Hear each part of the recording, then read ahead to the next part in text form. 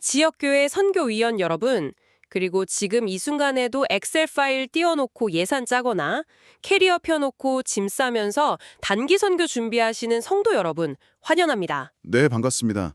다들 참 바쁘고 설레는 시기를 보내고 계실 텐데요. 맞아요. 오늘 저희가 이 심층 탐구 시간을 위해서 아주 흥미로운 슬라이드 자료 하나를 들고 왔거든요. 단기 선교 실무 가이드 다료죠. 네, 맞습니다.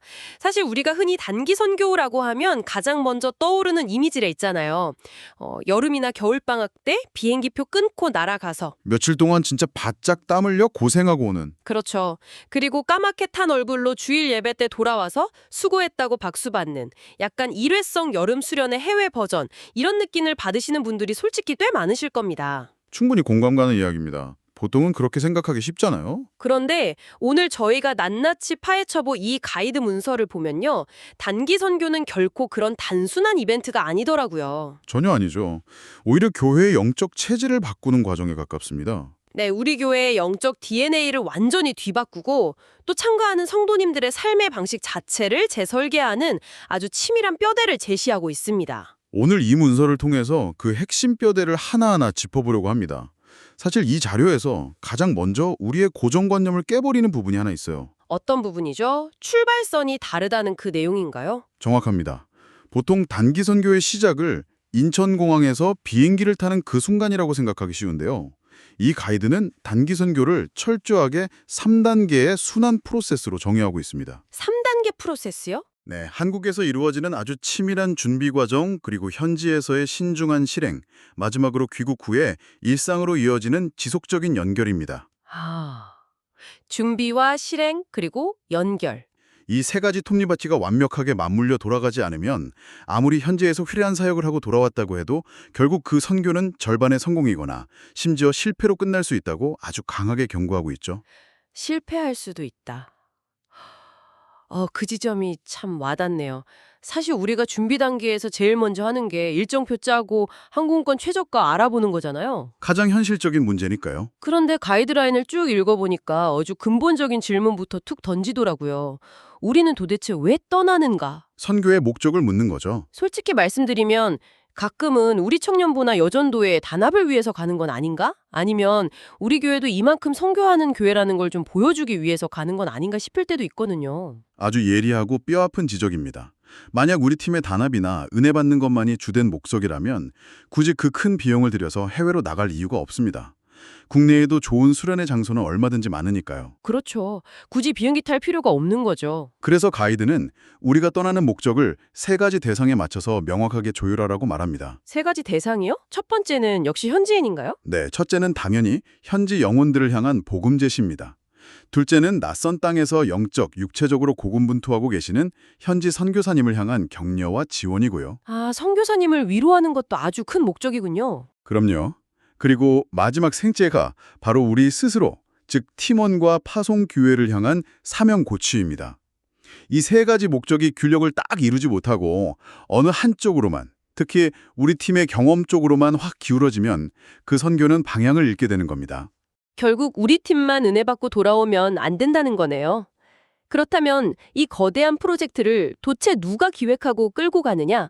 저는 이 리더십 문제도 참 흥미로웠어요. 현장에서 가장 많이 부딪히는 문제 중 하나죠. 보통은 담당 부역자 목사님 한 분이 총대를 메고 기획부터 현지 연락, 심지어 공항 가는 버스 대절까지 혼자 다 하시면서 고통받는 경우가 진짜 많잖아요. 네. 목회자 한 사람에게 모든 짐을 지우는 구조는 필연적으로 한계를 맞이할 수밖에 없습니다. 그래서 문서에서는 듀얼 리더십을 강조하고 있던데 이게 현장에서 구체적으로 어떻게 작동하는 건가요? 듀얼 리더십은 목회자의 영적 지도력과 평신도의 실무 전문성이 결합된 형태를 말합니다.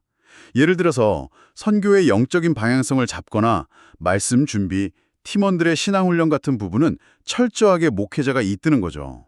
영적인 부분은 목사님이 전담하시고 반면에 비자 발급이라든가 예산 기획, 현지 이동수단 수배, 아니면 의료품 준비 같은 고도의 실무적인 영역들이 있잖아요. 이런 것들은 사회에서 이미 전문성을 갖춘 평신도 리더가 책임을 지는 겁니다. 아, 비유를 하자면 목적지를 향해서 나침반을 딱 들고 영적 항로를 제시하는 선장이 목사님이고 그렇죠. 그리고 거친 파도를 뚫고 실제로 배의 키를 잡고 조종하는 베테랑 조타수가 바로 성도민들인 겁니다. 이렇게 완벽하게 역할을 나누는 거죠. 확실히 짐이 확 분산되면서 시너지가 나겠네요. 그런데 준비 단계에서 제가 진짜 놀랐던 게 선교지 선정 부분입니다. 기준이 꽤 까다롭죠. 저는 그냥 연초에 회의하면서 올해는 우리 교회 파송 선교사님이 계신 필리핀으로 갑시다. 이렇게 쉽게 정하는 줄 알았거든요. 그런데 고려해야 할 기준이 무려 12가지나 되더라고요. 맞습니다. 단순히 가고 싶은 나라를 투표해서 정할 문제가 절대 아닙니다. 이 12가지 기준에는 현지의 치안 상태, 언어, 사역지까지의 거리 같은 실무적인 요소도 당연히 포함됩니다. 치안이나 거리는 기본적으로 봐야 하니까요.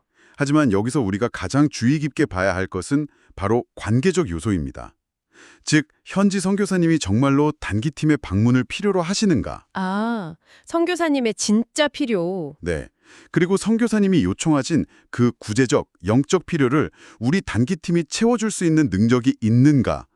이 두 가지가 맞아떨어지지 않으면 오히려 가지 않는 것이 낫다고 가이드는 단호하게 조언합니다. 가지 않는 것이 낫다.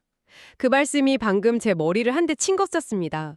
사실 가이드를 보면 이 소통의 문제를 해결하기 위해서 작성해야 하는 2가지 핵심 문서가 나오잖아요. 파송 요청서랑 협력 동의서. 네, 아주 중요한 공식 문서들입니다. 저는 솔직히 우리가 돈 들여서 현지에 가는 거니까 우리가 일방적으로 선교사님한테 이번 7월 둘째 주에 우리 청년 30명 갈 거니까 워십 댄스 할 무대 좀 알아봐 주세요. 이렇게 통보하는 방식인 줄 알았습니다. 바로 그게 한국 교회가 오랫동안 범해왔던 가장 흔하고 치명적인 실수입니다. 단기팀의 사역은 절대로 우리의 기획에서 출발하면 안 됩니다. 철저하게 현장에 필요해서 출발해야 하죠. 현장에 필요해서 출발한다. 그래서 현지 선교사님이 먼저 파송 요청서를 작성하시는 겁니다. 지금 우리 마을에는 K-팝 공연보다는 무너진 교회 담장을 다시 쌓아줄 기술자가 필요하다. 혹은 아이들에게 위생교육을 해줄 의료 인력이 시급하다. 이렇게 명시해서 보내는 거죠. 진짜 가려운 곳을 긁어달라고 요청하시는 거군요. 그렇죠. 그리고 그 요청서를 바탕으로 한국의 파송교회가 우리가 그 필요를 채우기 위해 적극적으로 협력하겠습니다 하고 약속하는 문서가 바로 협력동의서입니다. 일방적인 통보가 아니라 상호 존중과 책임감을 바탕으로 한 진짜 파트너십이 세워지는 거네요. 성도 여러분, 우리의 장기자랑 무대를 억지로 만들려고 현지 선교사님을 괴롭히면 안 됩니다. 정말 주의해야 할 부분이죠. 자, 이렇게 철저한 소통으로 현장의 필요를 파악했다면 구체적으로 현지에서 무슨 일을 할지 정해야 하잖아요. 그런데 가이드에서 사역의 본질을 다루면서 굉장히 무섭게 경고하는 함정이 하나 있었습니다. 초기 단계, 즉 프리페이즈의 함정을 말씀하시는 거군요. 네, 맞습니다. 이 프리페이스의 위험성이라는 게 구체적으로 어떤 상황을 말하는 건가요? 단기팀이 현장에서 가장 쉽게 빠지는 착각인데요. 예를 들어서 아주 훌륭한 의료진을 꾸려서 3일 내내 무료 진료를 열었다고 가정해 봅시다. 혹은 엄청난 물량을 투입해서 동네 아이들에게 학용품도 나눠주고 페이스 페인팅도 해줬어요. 그럼 현지인들이 엄청 좋아하겠죠. 한국 사람들 진짜 천사 같다고 박수 칠 거고요. 네. 그럼 팀원들은 눈물을 흘리며 큰 보람을 느낍니다. 우리가 해냈구나 하면서요. 그런데 여기서 가이드는 아주 냉정하게 묻습니다. 그래서 그들이 복음을 들었는가? 아, 의료봉사나 문화공연으로 호감을 얻는 데서 그냥 멈춰버리면 안 된다는 거군요. 그렇습니다. 무료 진료나 구호활동은 현지인들의 다친 마음을 열고 호감을 얻는 초기 단계, 즉 복음을 받아들이기 전에 토양을 일구는 작업일 뿐입니다. 밭을 가는 작업인 거네요. 만약 그 활동들이 최종적으로 예수 그리스도의 복음을 설명하고 전하는 통로로 정밀하게 연결되지 않는다면 우리는 그저 수천만 원을 들여서 며칠짜리 해외 자원봉사를 하고 돌아온 것에 불과합니다. 단순히 일을 해치우는 게 목적이 아니라는 거군요. 사역의 핵심 원칙이 철저하게 일 중심에서 관계 중심으로 이동해야 합니다. 화려한 프로그램보다 그 일을 통해 현지인과 어떤 관계를 맺고 어떻게 복음을 전했느냐가 모든 활동의 종착지가 되어야 한다는 뜻이죠. 와, 뼈를 때리는 말씀입니다. 약을 발라주고 집을 고쳐주는 그 모든 과정의 끝에는 반드시 십자가의 복음이 있어야 한다는 것. 선교를 준비하시는 선교위원 여러분, 우리 팀의 기획안이 혹시 단순한 봉사활동으로 끝나지 않는지 지금 다시 한번 점검해 보셔야 할 것 같습니다. 반드시 점검해야 할 필수 코스입니다. 자, 그런데 이런 치밀하고 본질적인 사역을 해내려면 오합지졸이 모여서는 안 되잖아요. 신청서 받을 때부터 은사와 동기를 파악해서 역할 분담을 아주 촘촘하게 하던데요. 단기 선교는 철저한 원팀 사역이니까요. 모두가 무대 앞에서 마이크를 잡고 찬양을 인도하거나 설교할 필요는 전혀 없습니다. 그렇죠. 뒤에서 묵묵히 섬기는 역할도 많으니까요. 오히려 뒤에서 팀원들의 짐을 챙기는 짐꾼 담당, 뙤약볕 아래서 팀원들을 위해 식수와 상비약을 관리하는 스태프, 매일 저녁 정산으로 머리를 쥐어뜯는 회계 담당. 회계 담당 진짜 중요하죠. 그리고 사진이랑 비디오 찍는 담당도 빠질 수 없고요. 이렇게 아주 세밀한 역할 분담이 필수적입니다. 소외되는 사람 없이 각자의 은사에 맞춰서 조각보처럼 딱 이어질 때 그때 가장 강력한 파급력을 발휘하는 법이거든요. 소외되는 사람 없이 모두가 주인공이다. 참 멋진 말입니다. 그런데 이렇게 역할이 다르고 성향이 다른 사람들이 모이면 필연적으로 갈등이 생기지 않습니까? 그래서 가이드를 보면 팀 훈련의 하이라이트로 1박 2일 파송 수련회를 꼽더라고요. 훈련의 꽃이라고 할 수 있죠.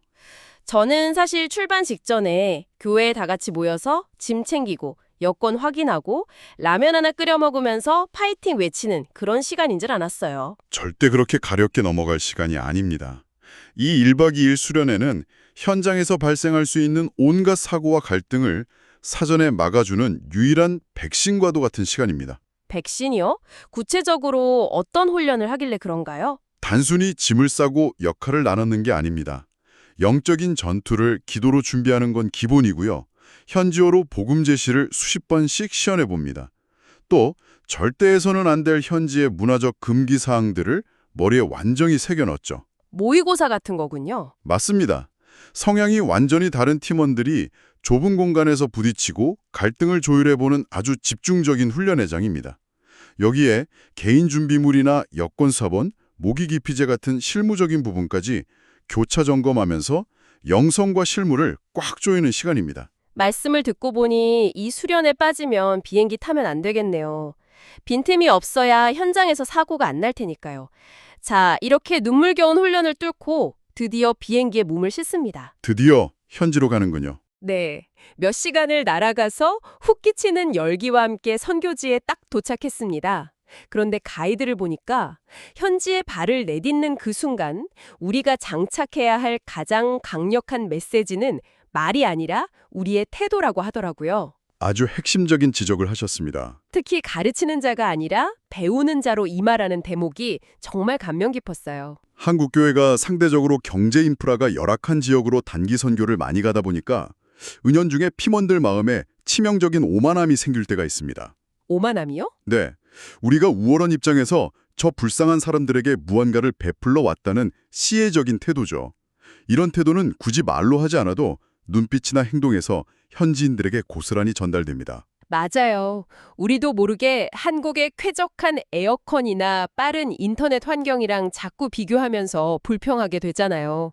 저녁에 숙소 돌아와서 현지 음식 입에 안 맞는다고 우리끼리 컵라면에 볶은 고추장 비벼 먹으면서 아휴, 여긴 왜 이렇게 답답하냐 이러면서 수다 떠는 거. 그게 바로 우리가 가장 경계해야 할 태도입니다. 한국의 편리함과 비교하는 거 진짜 조심해야죠. 우리가 현지인들에게 전하는 진정한 메시지는 화려한 무대나 선물이 아닙니다. 언어가 안 통해도 그들의 음식을 기꺼이 함께 먹고 그들의 문화를 존중하며 기꺼이 그들 삶 속으로 들어가려는 우리의 땀 흘리는 노력 그 자체입니다. 계획대로 착착 흘러가는 선교 현장이란 없으니까요. 돌발 상황이 생겼을 때 한국식 마인드로 짜증을 내는 게 아니라 그 상황마저도 하나님이 허락하신 것으로 믿고 유연하게 대처하는 배우는 자의 철학이 절대적으로 필요합니다. 유연한 태도 정말 기억해야겠습니다. 그런데 태도만큼이나 중요한 어쩌면 사역 전체를 엎어버릴 수도 있는 절대 원칙 있잖아요. 안전과 건강 문제죠. 뭐야. 솔직히 절대 복종이라니 무슨 군대도 아니고 표현이 너무 센 거 아닌가요? 한국의 문화에서는 좀 강하게 들릴 수 있죠. 팀원 중에는 기업의 CEO나 전문가들도 있을 텐데 우리가 보기에 더 효율적인 방식이 있으면 그냥 유연하게 실행하면 안 되는 건가요? 바로 그 지점이 단기팀이 가장 크게 오판하는 부분입니다. 한국에서 아무리 유능한 전문가라 할지라도 현지의 복잡하고 아슬아슬한 치안 상태나 부족 간의 역학관계 혹은 예민한 종교적 생태계는 수십 년을 그곳에서 살아낸 현지 선교사님만큼 절대 알 수 없습니다. 아, 우리 눈에 비효율적으로 보여도 다 숨은 이유가 있는 거군요. 예를 들어 볼까요? 팀장의 허락도 없이 길 가다가 저 집이 너무 불쌍해 보이니 돈을 좀 주자 하면서 개인적으로 구제 활동을 해버리는 경우가 있습니다. 좋은 마음으로 한 걸 텐데요. 우리 입장에서는 동정심이지만 이게 현지인들 사이에서는 심각한 질투와 분란을 일으키게 됩니다. 결국 우리가 떠나고 난 뒤에 현지 선교사님이 수십 년간 공들여 쌓아온 지역사회와의 신뢰가 그 돈 몇 푼에 한순간에 박살날 수 있습니다. 와, 우리가 무심코 던진 얄팍한 동정심이 선교사님의 평생 사역을 망칠 수도 있는 거네요. 개인 행동이나 임의적인 구제 활동은 절대 금물이라는 것, 왜 절대복종이라는 단어를 썼는지 이제야 완벽히 이해가 됩니다. 네. 그래서 철저한 통제가 생명입니다. 건강 문제도 마찬가지죠? 우리 한국 사람들 특유의 그 빨리빨리 문화 있잖아요. 우리가 비행기 값만 얼만데 3일 안에 마을 5곳은 돌아야지. 저녁엔 케이팝 공연까지 다 돌려야 본전을 뽑지. 일정을 빡빡하게 채우려는 강박이 있죠. 그렇게 팀원들을 한계까지 몰아넣었다가 결국 다 같이 링거 맞고 알아넘는 경우 심심치 않게 보거든요. 정말 흔하게 벌어지는 안타까운 상황입니다. 현지 사역의 성패를 가르는 가장 현실적인 문제가 바로 건강지침입니다. 현지의 오염된 물을 피하고 반드시 끓인 물을 마신다거나 나름식을 피하는 건 기본이고요. 충분한 수면도 보장되어야 하잖아요. 가이드는 명확히 선을 긋습니다. 무리하고 빡빡한 일정보다 충분한 휴식으로 컨디션을 유지하는 것이 훨씬 지혜로운 선교다. 건강을 잃으면 아무리 좋은 사역이라도 그 즉시 올스톱될 수밖에 없음을 명심해야 합니다. 여러분, 우리 단기 팀원들 제발 현지에서 너무 굴리지 마시고 잠 좀 푹 재워주십시오. 살아남아야 사역도 하는 거니까요. 자, 다행히 이렇게 아무도 아프지 않고 사역을 무사히 마쳤습니다. 인천공항에 도착해서 수함을 찾고 다 같이 박수치고 집에 가면 끝인 줄 알았는데 아니더라고요. 이 가이드의 가장 날카로운 부분은 바로 귀국 후입니다. 돌아온 순간 3단계인 지속적인 연결, 즉 진짜 선교가 시작된다고 선언하죠. 끝날 때까지 끝난 게 아니네요. 여기서 굉장히 중요하고 예민한 문제가 하나 등장합니다. 바로 돈, 재정 결산 문제입니다. 아무리 현지에서 뜨거운 은혜를 경험했어도 돌아와서 재정 보고가 투명하지 않으면 팀과 교회의 신뢰가 한순간에 무너집니다. 돈 문제는 진짜 어디서나 폭탄이네요. 가이드의 재정 운용 10대 원칙이 있던데 그중에서 유독 눈에 띄는 게 있었어요. 개인 계좌로 후원금을 걷지 말고 반드시 교회의 공적 계좌를 사용하라는 거요. 투명성을 지키기 위한 가장 기본적인 원칙입니다. 영수증은 1원 단위까지 꼼꼼히 첨부해서 보고해야 하고요. 바자회 같은 공동모금을 지양해야 합니다. 아까 현지 지침이랑 연결되는 내용도 있었어요. 남은 재정이나 개인 헌금을 현지에 직접 보내고 싶을 때요. 네, 마음이 뜨거워져서 현지의 특정 교회를 직접 후원하고 싶어하는 경우가 생기죠. 이때 가이드는 강력히 권고합니다. 현지 지원은 반드시 장기 선교사님을 통로로 삼아서 전달해야 한다고요. 내가 직접 돈을 보내면 폼은 나겠지만 결국 현지인들이 우리만 바라보게 되고 선교사님의 리더십이 흔들릴 테니까요. 진짜 중요한 배려네요. 그리고 귀국 후에 재정 보고만큼이나 큰 산이 하나 더 남아있죠. 온 교우가 모이는 선교 보고회입니다. 많은 분들이 고민하시는 시간이죠. 우리 청취자 여러분 중에도 당장 다음 주에 보고회 준비하시느라 골몰이 앓는 분들 많으실 텐데요. 제가 가이드를 바탕으로 절대 하면 안 되는 보고회 최악의 실수 3가지를 뽑아봤습니다. 기대되네요. 어떤 것들이 있나요? 첫째, 현장감 살린답시고 흔들리는 카메라로 찍은 20분짜리 무편집 영상 틀어놓기. 이러면 성도님들 다 주무십니다. 영상은 짧고 임팩트 있게 편집해야죠. 둘째, 청중들은 누군지도 모르는 현지 아이들 이름 부르면서 자기들끼리만 아는 내부 농담하고 낄낄대기. 이거 예배 분위기 다 흐립니다. 모두가 공감할 수 있는 언어를 써야 합니다. 그리고 마지막 셋째, 이게 제일 최악입니다. 선교 한번 다녀왔다고 안 간 성도님들을 향해서 영적으로 우월한 척 가르치려 드는 태도입니다. 여러분도 우물안 개구리처럼 있지 말고 꼭 나가보셔야 합니다. 이런 멘트는 진짜 절대 금물입니다. 아주 현실적이고 훌륭한 요약입니다. 성공적인 보고의 핵심은 우리가 건물을 짓고 진료를 했다는 프로그램의 나열이 아닙니다. 이 여정을 통해 나의 삶이 어떻게 변화되었는지에 초점으로 맞춰야 합니다. 삶의 변화를 나누는 게 진짜 은혜죠. 그리고 또 하나 잊지 말아야 할 것은 헌금을 모아주고 눈물로 기도해준 파송교회와 성도님들에게 잊지 말고 감사를 표현하는 것입니다. 그분들도 보내는 선교사로서 동참하신 거니까요. 맞습니다. 이 모든 과정의 궁극적인 지향점이 바로 그겁니다. 단기 선교를 일회성 이벤트가 아니라 다녀온 선교지를 지속적으로 품고 일상 속에서 보내는 선교사로 동역하는 삶의 방식으로 전환하는 것. 이것이 선교의 완성입니다. 결국 우리가 건넨 냉수 한 그릇의 목적지는 예수 그리스도라는 걸 상기시켜 주네요. 자, 오늘 우리는 단기 선교 실무 가이드를 통해서 단순한 여행이 어떻게 영적 생태계의 변화로 이어지는지 딥다이브 해갔습니다. 지금도 열심히 준비 중인 선교위원 여러분과 성도님들, 여러분의 땀방울을 뜨겁게 응원합니다. 오늘 이 탐구를 마치며 여러분께 한 가지 질문을 남깁니다.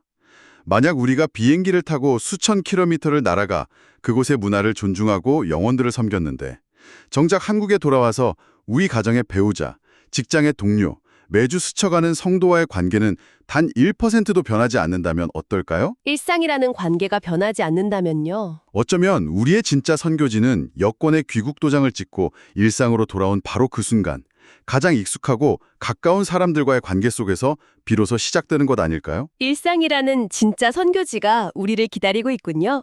아주 깊은 여운을 남기는 도발적인 질문입니다. 여러분의 진짜 선교지는 지금 어디입니까? 이 화두를 남기며 오늘의 딥다이브 여기서 마칩니다. 함께해 주신 여러분 감사합니다.